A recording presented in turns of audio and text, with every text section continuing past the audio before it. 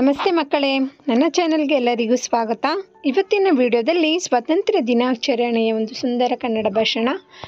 ಬನ್ನಿ ವಿಡಿಯೋ ಶುರು ಮಾಡೋಣ.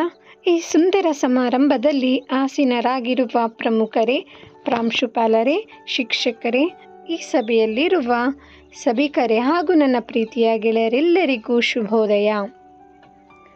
ಇಂದು ಎಲ್ಲರೂ ತಿಳಿದಿರುವಂತೆ ಸ್ವಾತಂತ್ರ್ಯ ದಿನಾಚರಣೆ.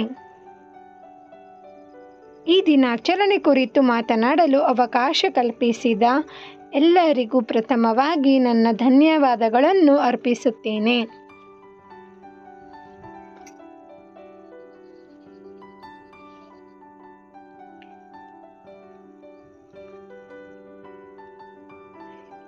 ಇಡೀ ದೇಶಕ್ಕೆ ದೇಶವೇ ಹಬ್ಬದ ವಾತಾವರಣದಲ್ಲಿ ಮಿಂದೆದ್ದಿದೆ. ಅಖಂಡ ಭಾರತದಲ್ಲಿ ಸ್ವಾಭಿಮಾನದ ಸ್ವಾತಂತ್ರ್ಯಕ್ಕಾಗಿ ಸ್ವತಂತ್ರದ ಕಿಚ್ಚು ಹಚ್ಚಿ ಹೋರಾಡಿದ ಹೋರಾಟಗಾರರ ಬಲಿದಾನ, ತ್ಯಾಗಗಳ ಮೂಲಕ ಬಿಸಿನೆತ್ತರನ್ನು ಭಾರತ ಮಾತೆಯ ಮಡಿಲಿಗೆ ಹರಿಸಿ ನಮಗೆ ಕೊಟ್ಟ ಸ್ವಾತಂತ್ರ್ಯವನ್ನು ನಾವೆಲ್ಲರೂ ಸ್ಮರಿಸೋಣ ಮತ್ತು ಗೌರವಿಸೋಣ. ಆ ಮೂಲಕ ದೇಶದ ಆರ್ಥಿಕ, ಸಾಮಾಜಿಕ, ಶೈಕ್ಷಣಿಕ, ರಾಜಕೀಯ ಪ್ರಗತಿಗಾಗಿ ನಾವೆಲ್ಲರೂ ದುಡಿಯೋಣ.